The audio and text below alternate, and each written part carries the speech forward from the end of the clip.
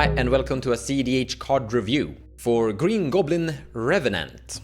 So this is from Universe Beyond, Rakdos, black, red, free generic, a total of 5 mana for a free legendary creature goblin human villain with flying and death touch.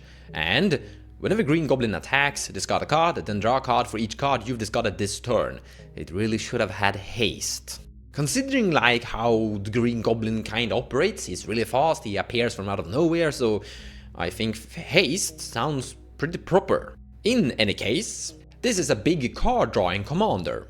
For example, if you cast a Faithless Looting, draw 2 cards, discard 2 cards, and then when this commander attacks, you draw 2 more cards. Lion's Eye Diamond is pretty good here. You crack the diamond. Let's say we're discarding 4 cards, and then you attack, and you don't discard anything, because then you don't have anything to discard, but you're drawing back up to 4 cards again. Wheel of Fortune.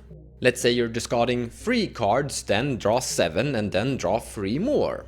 And there are tons of other examples. I think you can see how you can get the ball rolling with this boss, where you're basically drawing a bunch of cards, discarding cards, and then utilize this commander to redraw a lot of more cards. But we have to mention Bazaar of Baghdad. Tap it, draw 2, discard 3, kinda bad, but then you attack with the commander and you redraw 3 cards. So it's like draw 2, discard 3, draw 3, a total of like draw 5. And here's another big important thing to mention. I think this commander is going to be receiving upgrades continuously on from this point, as this is a concept that Wizards of the Coast are usually printing. There's a lot of effects out there that is looting in Rakdos color identities, where you draw a card, discard a card, and dig through your library and fuel your graveyard. Which takes us to the finisher, a simple Underworld Breach Rakdos package. We already mentioned Lion's Eye Diamond, but your big go-to is Underworld Breach and Grinding Station, where you're basically going to sculpt your graveyard, dig through your entire deck list, and eventually find Dual Custom Mage and Twin Flame. Something of a problem here is that you've probably already attacked with this boss, so you're in your second main phase when you're potentially trying to win with Underworld Breach. So it could be good to have a secondary win con that can win in second main phase, and that's gonna be Praetor's Grasp, which is going to steal someone's Thassa's Oracle, and then you cast the Thassa's Oracle and you win. So we have a card draw mechanic in the command zone, we have good color identities to produce a combo inside the 99, so what are the problems? Well, there are a few major ones with this commander. Rakdos color identity only is a little bit lacking, 5 CMC is a little bit expensive. On the other hand, you're playing like Turbo Rakdos, so you're gonna be filled with Dark Rituals, Cabal Rituals, Rite of Flames, lots of different Rakdos rituals, basically. So you should be able to ritual this Rakdos commander into play kinda efficiently. And if you don't, then just ritual out your Adnos instead.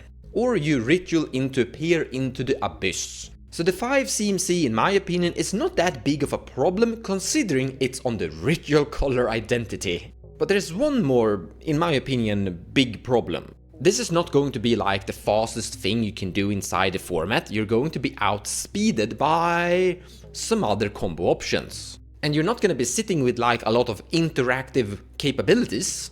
So you're not going to be able to like stop everything you're running into that are sometimes faster than you. And usually some of those things that are faster than you have the color identity of blue and can interact with you instead and protect their win cons, so to say. Sure, you will have Pyroblast and Red Elemental Blast, you can play Vexian Bubble, you can play Opposition Agent, but I still think you're going to struggle in general trying to prohibit your opponents from trying to win that are sometimes winning faster than you are, while they can interact back with you. So as a finalized verdict, I think it's going to be an okay commander. That is like functioning fine here and there. Now here's a problem.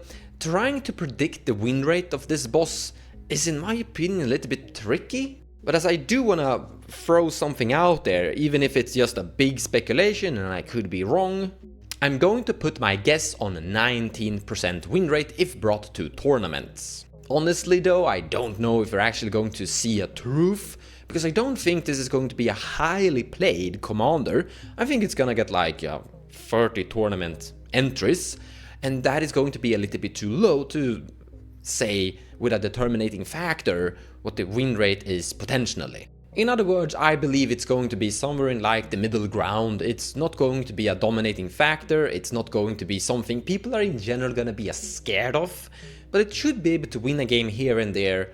Rakdos have been able to produce and showcase some great performance with combo potential, and this commander really plays well into the Underworld Breach concept, where you're fueling your graveyard by discarding cards and drawing more from your library.